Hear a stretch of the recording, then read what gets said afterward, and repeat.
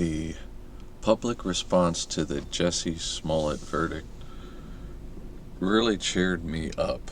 Not because I love the mob hungering for blood, but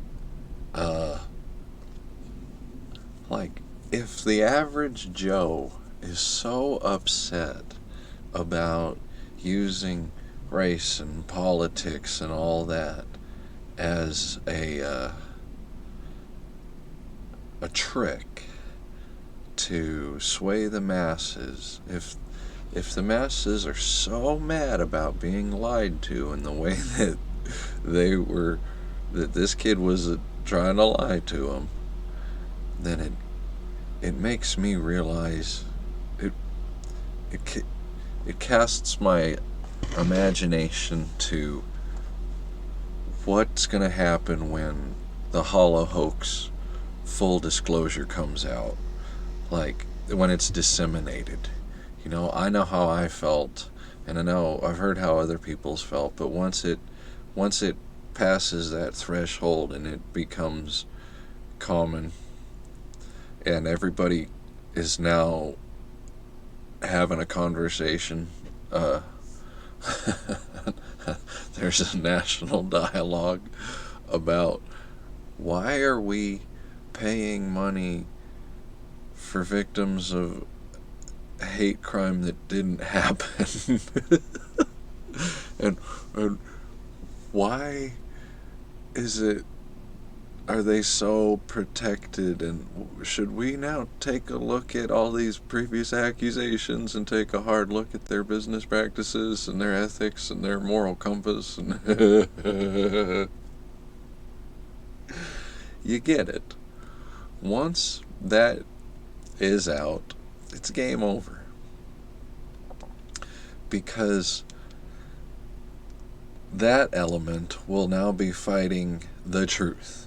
I mean, they already are, but they'll be fighting the truth in the hands of the masses, which means they've got nowhere to run. And, well, I want to make an argument really quick because, first of all, I'm very optimistic about the outcome. I'm very positive. I can be doomy and gloomy sometimes, but in the end, I see good guys winning and rainbows and sunshine. I'm very positive. And this argument will supposition why. It'll reinforce why I'm so positive.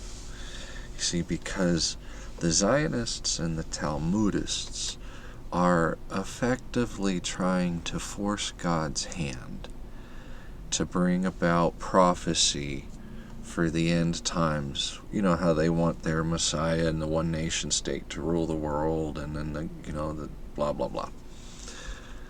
But staging it and mimicking one isn't the same thing, and God will not be mocked. The Judaists cannot tell God when the end of the world will be. That's not how it works.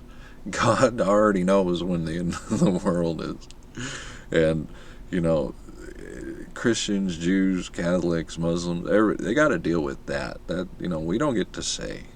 We can do our best to try to guess, but we don't have a say. And so,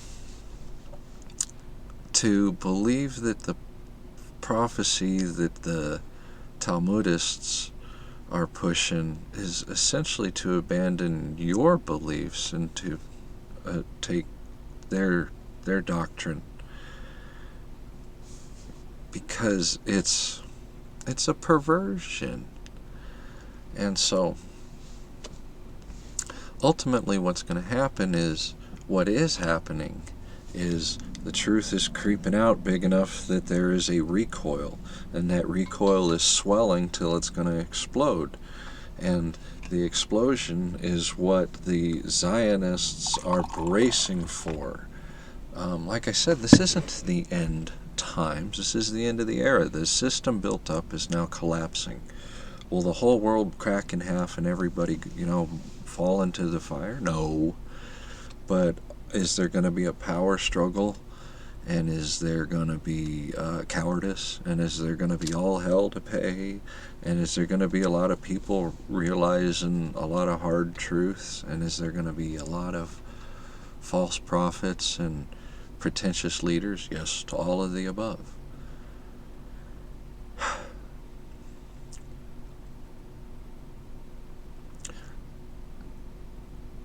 It's not the end of the world. It's the transition of an era. And we get to decide what the era is.